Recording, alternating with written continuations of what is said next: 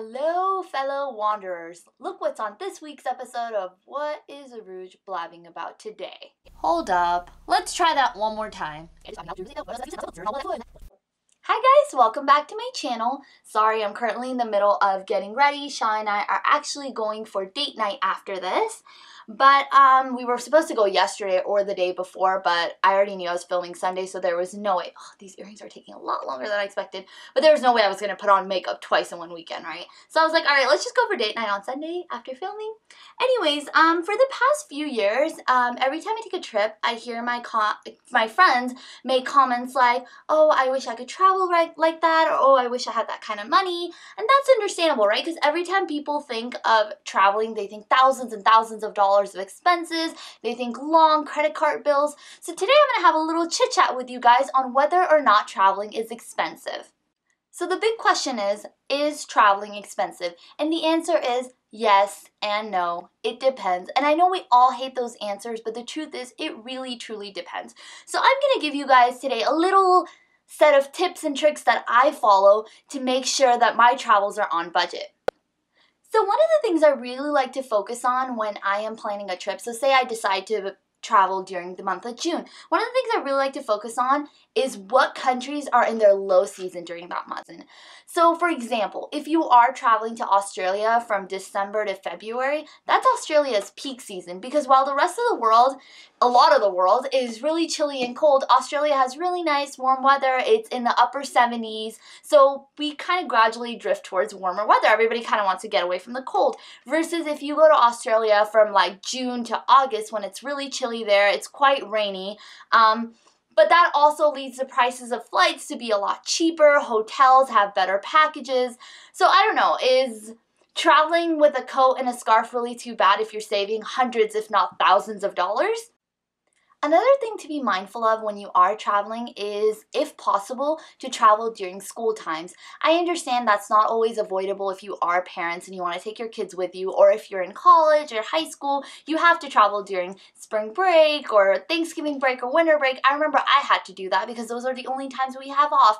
But now that I can't avoid that, I do, because ticket prices are just so much more expensive when you're traveling during spring break or Thanksgiving break versus if you travel just a few weeks beforehand. You're sometimes paying half the price for the tickets.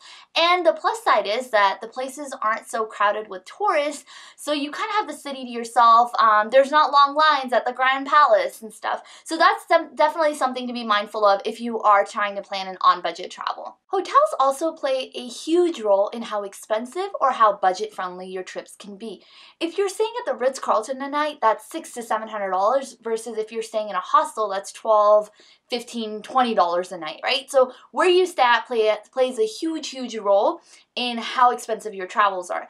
And people have this huge misconception that if you aren't staying at a nicer hotel, you're not central to the city, you're not close to all the attractions, and that's honestly not true. You can stay at an on-budget hotel. Yes, of course, you won't have balcony view of, say, the Grand Palace, like I said earlier, and yes, your hotel will be tucked away in one of the alleys and stuff, but you can still be walking distance from all the nice attractions and not have to pay hundreds and hundreds of dollars, right? Because if you are paying $600-700 and you're staying there 4 to 5 nights, that's quite expensive versus if you are paying $12, $15, $20. And you don't necessarily have to stay in a hostel. I have personally booked hotels in big cities that have cost me $35 to $40 a night. All you have to do is sit down, do your research and everything, kind of figure out where the location of the hotel is, and you'd be surprised at how much money you can actually save. Stay away from traditional tours. I know they're really convenient, and I know, it's really nice to have, for your horseback riding tour, your snowmobiling tour, to have the tour bus company come and pick you up from your hotel and take you to the destination, and then you get a lunch and they give you like a little tour. There's like an English speaking tour guide, and it's just also convenient and nice, and they're honestly wonderful. But if you are trying to travel on budget, that definitely takes a toll on your wallet because they are charging a hefty amount for the convenience fee. So one of the things I've definitely learned, and don't get me wrong, I have done those traditional tours, but over the course of the past few years, traveling around, I've definitely learned to kind of build my own tour. So say there is like, you know, whitewater rafting that you want to go to, get to the destination yourself. Get a bus pass, get a metro pass, and get to the destination yourself. Get your own tickets, go buy your own lunch. I know it's not as convenient, but honestly, some of my best experiences have resulted from kind of doing it on my own. And you'd be surprised at what you come upon, right? Because when you are stuck in those traditional tours, you can't wander off. You can't kind of go do your own thing. If you see something nice, you can't be like, hey, bus driver, stop for a second. I gotta take a selfie right there. But if you're kind of doing it on your own, you definitely can. So you save a few dollars, and by a few dollars, I mean a few $100s, and you get to kind of explore and wander on your own. And the biggest part about traveling is wandering and experiencing, and that is definitely something you can do if you kind of book your own tours. So going off from that, make sure you book your own travel package. I know there are companies out there like TripAdvisor that book your flights, your hotels, your excursions, everything for you, and it's this nice, lovely, perfect package. But guess what? They charge you a nice, lovely price for that package because they have employees to pay. And don't get me wrong, I have booked from TripAdvisor before. I remember one of the times I booked from them, I got home after my trip and I kind of just out of curiosity decided to look up how much my trip would have cost if I had booked it myself. And it would have cost me 1/4 of the price. So from that point on, I've started booking my own trips myself. I book my own flights and stuff, and I understand if you are going to multiple countries, it can be really exhausting, right? Booking all those flights, booking the Euro passes, booking the hotels, trying to keep track of everything. But if you are trying to save a few $100s, which I always am, make sure to do your research and make your own travel package. You would be surprised at how much money you'd end up saving and how insanely cheap it is to travel when you do book everything yourself and are mindful of some of these things. The next thing I like to be cautious of when I'm booking my travels is I always like to book a few months ahead of time. That's not always possible, right? Especially when I was in college, I didn't know when I was going to have my exams or when my midterms were going to be. So it's really hard, right? It's not always possible to book for a few months ahead of time. But if you actually do that, you'd be surprised at how much money you save. And just a little tip, like a little trick, say you are traveling in April and you book like in January. Around end of March, first week of April, go back and look at how much those flights are now, and they're honestly generally a few $100s more than what you paid for. So if it is possible for you, I know it's not always possible with work and school, but if it is, make sure to book a few months ahead of time. And you know, there's always a plus side to that you have something to look forward to. That's my favorite part. When I get to book my trips ahead of time for the next like 2 months, 3 months, I'm just like, yes, like I can get through school, I can get through work, just because I know I have this amazing trip coming up. The last thing that plays a huge role in how much you spend on your trips is what you eat. So for example, a couple weeks ago, my husband and I went to Morocco, and I remember the first night we decided to have dinner at the Jamal Fana, which is like a night market, and we ordered loads of food, and we ended up spending $9 between the two of us. So Morocco has the best oranges in the world.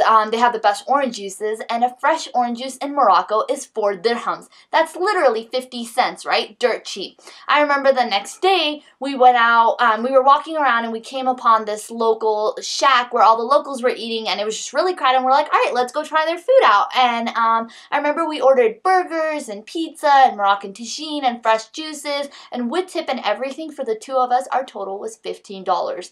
That's insane. That's literally insane. It's so cheap. And then that night we had reservations at this higher end, nicer restaurant that people had recommended. And I sat down and I looked at the menu, and of course I was going to get a fresh juice. That's what Morocco is known for. And the juice was 60 dirhams. And I just sat there and I was like, oh my God, 60 dirhams. And I know in the US when you go out to buy a fresh juice, it's generally between $6 and $8. But if I can get fresh juice for 50 cents for 4 dirhams and now I have to pay 60 dirhams, that hurt. That really, really hurt inside. And anyway, so we ordered a few, I think we only ordered like 1 appetizer, 2 entrees, 2 fresh juices, and I think we got 2 desserts. And when our bill came out, it was $120. That is absolutely insane, especially when you're used to paying for the past few days. You've been paying like between $9 and $15 for meals. And I remember just sitting there like, Oh my god, that's our bill. So going off from that, if we decided to go out and eat at higher end places for lunch and dinner every day, which we didn't, and we loved our $9 and $15 meals too much, you can just imagine what kind of toll it would have taken on our wallet. So in conclusion, is traveling expensive or not? Like I said, it truly depends on where you're staying, when you're flying, what you're eating. So all of that plays a huge role in how much you spend on your trip. Honestly, don't let the prices scare you away from traveling. You don't have to take those extravagant trips. You don't have to stay at extravagant hotels. It's okay if you go stay at hostels. I've done it. I still do it at times. You don't always have to go travel in peak season, but don't let these prices scare you away from not going on a trip at all, because I am who I am today because of the trips I've taken. Traveling gives you a different perspective on life. It genuinely changes you as a person. Traveling has changed me. It's so liberating. I can't even begin. My goal is to see all 196, and I really, really hope that this video inspires all of you to get up and book that next trip, and don't let the prices scare you, and don't let, nicer, fancier hotels intimidate you, because honestly, if you have to sleep in a sleeping bag at a hostel, but if you can see the whole world, it's definitely worth it. Anywho, I really hope you guys enjoyed this video. Make sure to give it a thumbs up. Make sure to subscribe. I have to head out now and go on my date night. But I'll see you guys next time. Bye. Cut.